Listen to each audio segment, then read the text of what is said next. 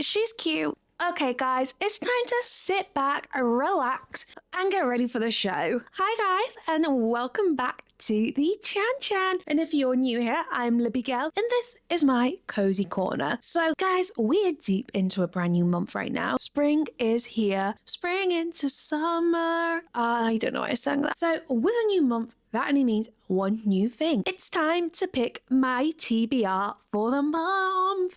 Now, this is something new that I thought I'd try out because I felt like I was in a bit of a reading slump. So basically, over the past year, I've been reading ACOTAR, I've been reading Fourth Wing, I've just finished Once Upon a Broken Heart. Like, I've been reading all the TikTok classic books. Now that I feel like I've read the core of the books, and I've also tried reading like Zodiac Academy and all the other BookTok things, but they just haven't been hitting right, you know? And I love my cowboy smut, like Elsie Silver. Love. I just feel like I need something else as well. Otherwise, my brain is just going to become like complete trash. So I thought of a really fun way of picking my April TBR. I'm trying to shake things up here, and by doing that, I thought I'd choose my TBR list for the month in a bit of a creative manner that really fits me. Because if you can't tell, I have got my going out jacket on because the sun is shining in Manchester, and that only means one thing. It's beer garden time. But before I go, guys, I thought I'm going to need something to read while I wait for my mates to come and meet me at the beer gardens. So I thought we'll put all 30 books that I have currently on my want to read list on Fable and put them into here.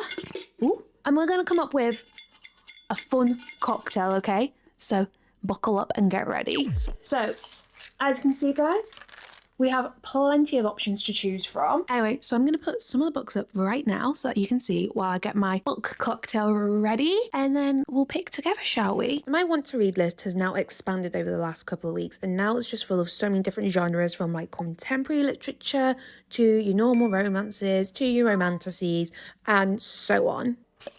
So I already currently have a few books on rotation. So I'm finishing off the Gold Rush Ranch series with The False Start. So that's already on my TBR list. So is The Wedding Night. And if you watched my last video, you would have seen that I purchased this. I'm really enjoying it so far. It's a very nice, fun book, and it's really making me want to go on holiday as well. So maybe I should try and do like a choose my holiday with a shaker as well, if this goes well. So all of my books are in here, all 30 of them. And we're just going to put the cocktail ready. So let's get shaking. Shake, shake, shake, shake, shake, shake, shake your booty, shake your booty. So what I'm really hoping from this is I want a nice mix of like romantasy. In there's some series that I still need to finish, and some other like classic romance books that I've not actually read yet, and also some contemporary books that aren't romance, because I'm trying to shake things up, guys. So I'm really excited. So let's go book number one. Okay, right. I've got the first one, guys. Welcome. Happy Hunger Games. And may the odds be ever in your favor. And the first book I will be reading this month will be... If you can't read my handwriting, that says Crescent City #3, which has been a book I've been trying to put off for a while because the Crescent City books are massive. It's like reading 4 books in one, and it's coming to the end of that series as well. So I've been trying to like elongate when I finish reading it. But I guess we're gonna be reading this month, guys. Woo! Maybe I'll leave that till the end. I don't know if I can dual read. Next book in our cocktail. Ooh.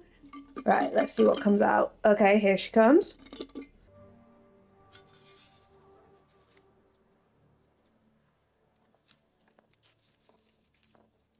The Female Tribute from District 12. Twilight. I kind of forgot that I put this in my shaker.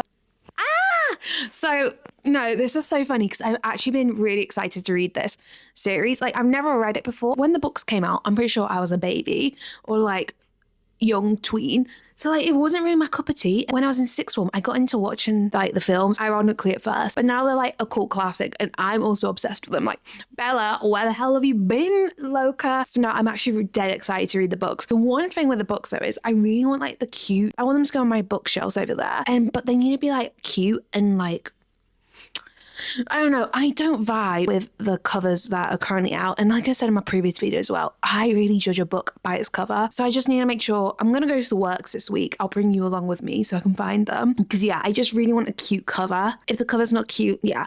I wouldn't mind the white and red version. I actually have seen a really cute version on Amazon. I'll link here. Oh, what am I saying? I'm going to just end up reading them on my Kindle anyway. But the books will look nice on my bookshelf. This is the final one, guys. Do, do, do. Do, do, do. Shake your booty. Shake your booty. Right, there we go, guys. The final book for the TBR list is Bum Bum. Bum Bum. Blue Sisters. So it's not like my usual type of book either. It's a contemporary book, which is really exciting because I've not read like contemporary in a while. Everyone raves about how great it is. When I worked at Waterstones as well, it was always like one of the top books that people would pick up. So I'm going to be delving into a little bit of contemporary literature. Oh, it's just going to grow a brain cell or two. I guess now we just need to go out and find these books.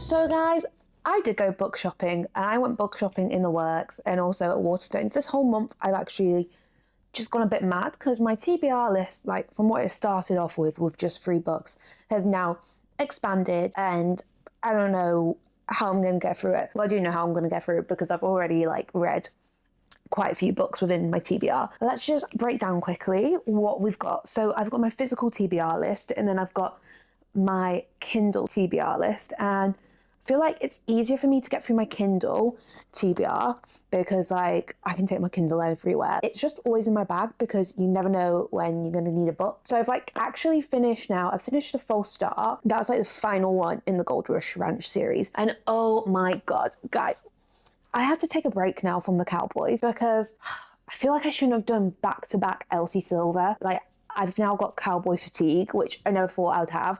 False Start was probably my favourite out of all of them. And I've said this every single time that I've read the books now. Every single time I'm like, oh my God, no, this one's my favourite. No, this one is. No, False Start was definitely, I loved how like it was a false start. Like every time we thought they were going to get together, they just didn't. It was just a really nice story. Sometimes I did cringe. I don't think I'd give it anything higher than like a 4 or 3.5. Like it wasn't anything like amazing.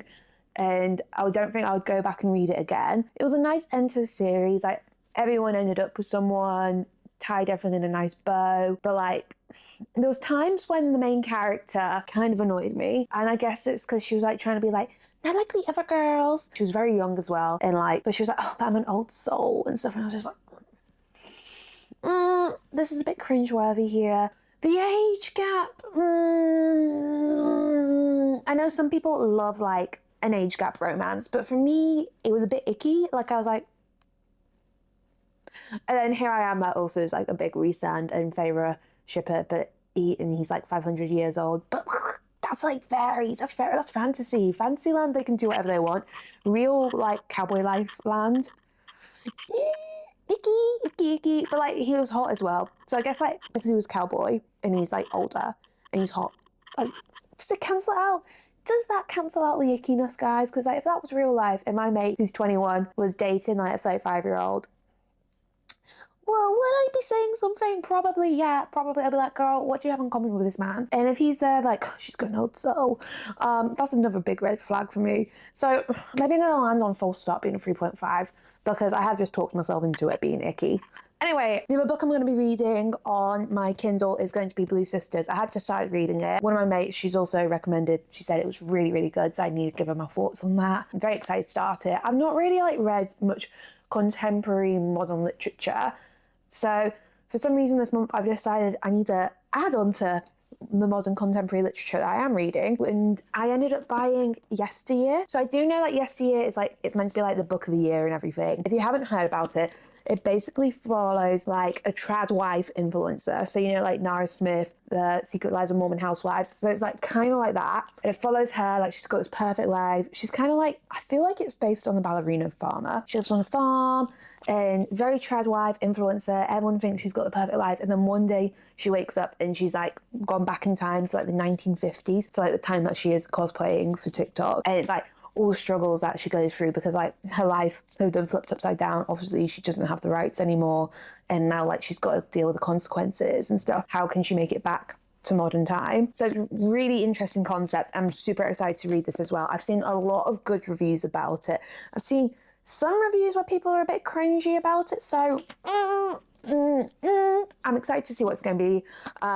It's just a really pretty book as well. Like, I wish I'd got the paperback, but when I pre-ordered it, it was only hardback in stock, which I was like I was annoyed about. You know, I'm not a hardback girly. Like, I like a paperback, but I guess she'll look cute. She's also like very cute to be like a Pinteresty piece on like my table and on my bookshelf. So I guess it's a win-win. She'll just be an at-home book to read though. So it's going to take me a little bit longer. I might just sit down today while I have my breakfast and coffee and just enjoy her. We'll just go over. So I bought this last month. If you'd seen my previous video, I went and did like a little bit of a bookshop. This is the book that I bought from Sophie Kinsella. It's called Wedding Night. So I'm a